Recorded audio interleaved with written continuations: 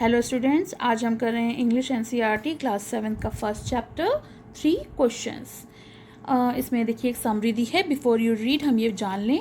A king has 3 question and he is seeking answers to them. एक राजा के पास 3 सवाल हैं, वो उसका उत्तर खोज रहा है। What are the question? तो वो प्रश्न क्या हैं और क्या जो राजा चाहता है उसे मिलता है? तो चलिए स्टोरी में जानते हैं। So let's start. 3 क्वेश्चंस।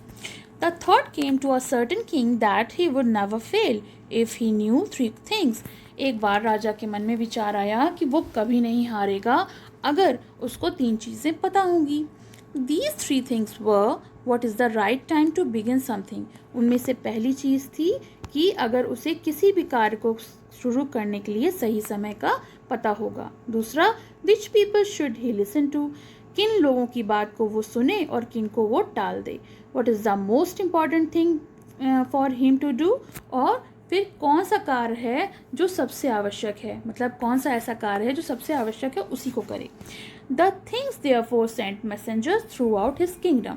तो राजा ने ये निश्चय किया कि वह अपनी प्रजा में कुछ मैसेंजर होते हैं दूत, उनके सेवक, उनको राज्य में भेजेगा।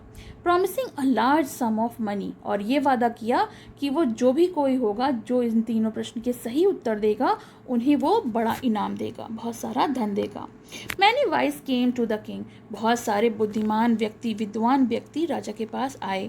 But they all answered his question differently. लेकिन उन्होंने सबका उत्तर जो है हर प्रश्न का अलग अलग दिया। In reply to the first question, some said the king must prepare a timetable. तो कुछ ने पहले प्रश्न का उत्तर दिया कि आपको सही से टाइम टेबल यानी समय सारणी तैयार कर लेनी चाहिए, कि जैसे कि आपको वो काम कब करना है, कितना समय उसमें लगेगा, ये सब चीज़ों के बारे में कुछ लोगों ने कहा। And then follow it strictly, और फिर उस समय सारणी को आप सही से फॉलो करिए, मतलब बिल्कुल तरीके से नियम पूर्वक उसको फॉलो करिए।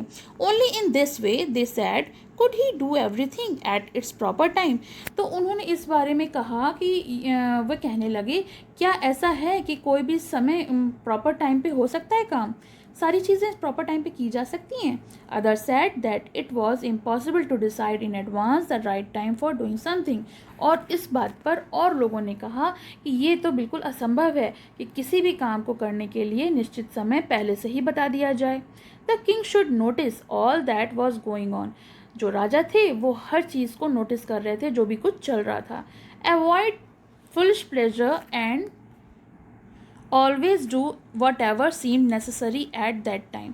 और उन्होंने जो उसमें बेकार की जो प्रशंसा होता है फुलिश प्लेजर, किसी की भी हम व्यर्थ में प्रशंसा करें उसको इग्नोर करें और हमेशा वही करें जो सही है.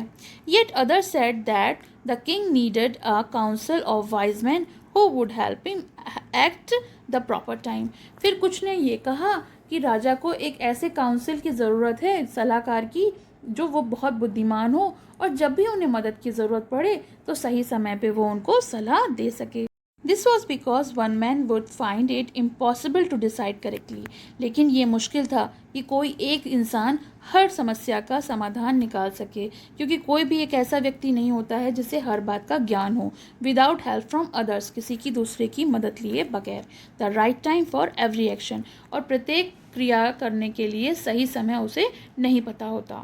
But then others said that there were some things which could be urgent. और कभी कभी कुछ लोगों ने कहा कि कभी कभी ऐसी भी चीज़ें हो जाती हैं जो बहुत अर्जेंट होती हैं, मतलब बहुत ज़्यादा ज़रूरी होती हैं, तुरंत करने वाली होती हैं, जिनके लिए समय नहीं होता.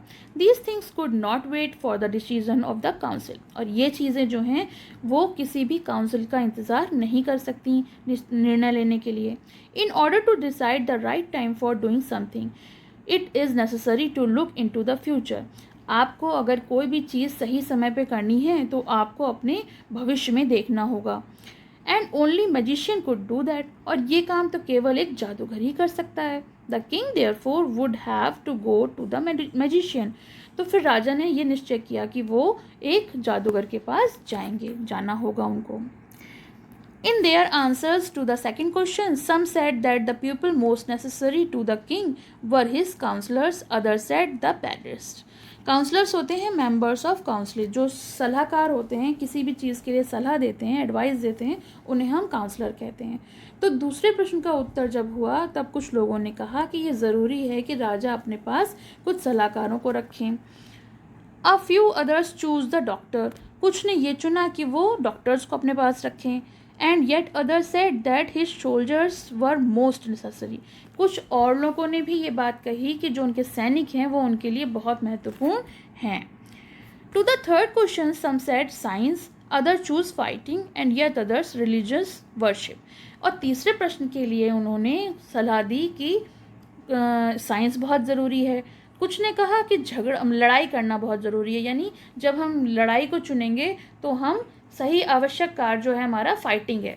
And others said religious worship, यानी जो धार्मिक पूजाएं होती हैं वो बहुत ज़रूरी हैं। As the answer of his questions were so different, जैसा भी हो उनके प्रश्नों के जो उत्तर थे वो बहुत अलग अलग थे। The king was not satisfied, king को किसी भी तरह से तसल्ली नहीं हो रही थी।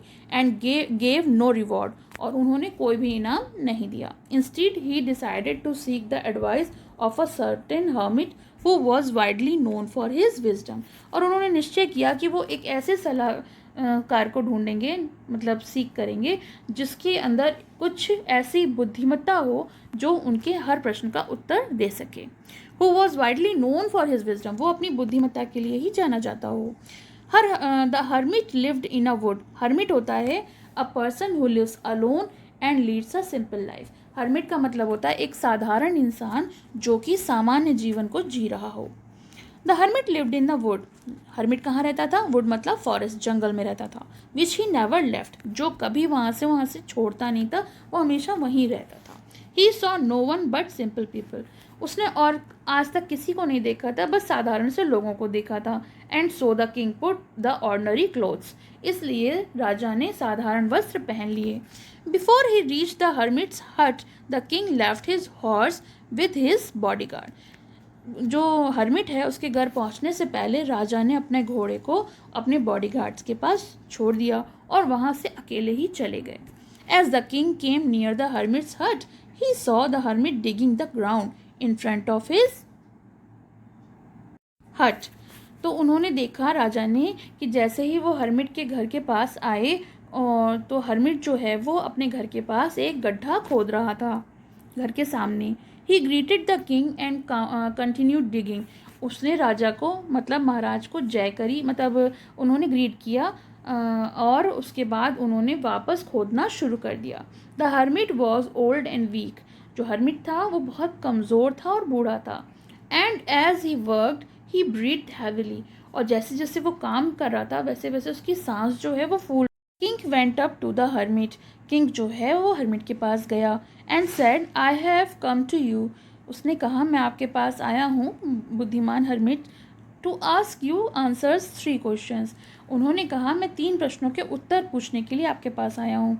How can I learn to do the right things at the right time, मैं कैसे सीख सकता हूँ कि मैं सही समय पर सही कार्य को करूँ। Who are the people I need most, और मुझे किन लोगों की ज़रूरत ज़्यादा है, मतलब किन पर्सनस की ज़्यादा ज़रूरत है। And what affairs are the most important, और कौन सी ऐसी चीज़ें हैं जो मेरे लिए जो बहुत जो है मुख्य हैं। यानी अफेयर्स का मतलब होता है थिंग्स या मैटर, यानी कौन सा कार्य या चीज़ें बहुत ज़्यादा इम्पॉर्टेंट हैं। The hermit listen to the king, hermit ने राजा की बात सुनी बट डिड नॉट स्पीक, लेकिन उसने कुछ नहीं कहा। ही वेंट ऑन डिगिंग, और फिर वो खोदता गया। You are tired said the king, राजा ने कहा आप थक गए हैं। Let me take the spade and work in your place, तो उन्होंने कहा लाइए अपना जो स्पेड है, स्पेड जो औजार होता है मिट्टी खोदने का, वो मुझे दे दीजिए, मैं आपकी जगह काम कर लेता हूँ। Thanks said the hermit, hermit ने कहा शुक्रिया, और उन्होंने अपनी स्पेड जो है वो राजा को दे दी। Then he sat down on the ground, और फिर वो ज़मीन में बैठ गए। When the king had dug 2 beds, he stopped and repeated his question. जब राजा ने 2 गड्ढे खोद लिए, 2 बेड खोद लिए, तो वो रुक गए और उन्होंने फिर से अपना प्रश्न पूछा। The hermit gave no answer. Hermit ने इस बार भी जवाब नहीं दिया, but stood up, stretching out his hand for the spade and said, "Now you rest and let me work." लेकिन वो खड़ा हो गया और उसने अपने हाथों को मतलब जैसे अंगड़ाई लेते हैं स्ट्रेच आउट किया और उससे राजा से स्पेड ले ली और कहा अब आप आराम करें और मैं काम करूँगा। But the king did not give him the spade and continue to dig. लेकिन राजा ने उन्हें स्पेड नहीं दिया और वापस वो गड्ढा खोदने लगे। 1 hour passed, then another. 1 घंटा बीत गया फिर दूसरा भी बीत गया। The sun went down behind the trees, और जो सूरज था वो पेड़ों के पीछे छुप गया। And at last the king stuck the spade into the ground, और लास्ट में उन्होंने जो स्पेड है उसको ग्राउंड पर फेंक दिया। And said I came to you wise man for an answer to my question. बुद्धिमान व्यक्ति, मैं तो यहाँ अपने प्रश्नों के उत्तर मांगने आया था। If you can give me no answer tell me so and I will return home. अगर आप मुझे मेरे प्रश्नों का उत्तर नहीं दे सकते तो बता दीजिए, मैं अपने घर चला जाऊँगा। Here come someone running said the hermit. Hermit ने कहा यहाँ कोई दौड़ता हुआ आ रहा है। तो ये तो हुआ लेसन का फर्स्ट पार्ट। सेकंड पार्ट आप अगली वीडियो में देखिए, और please like share and subscribe. अगर आप मेरे चैनल पे नए हैं तो सब्सक्राइब करिए। Thank you.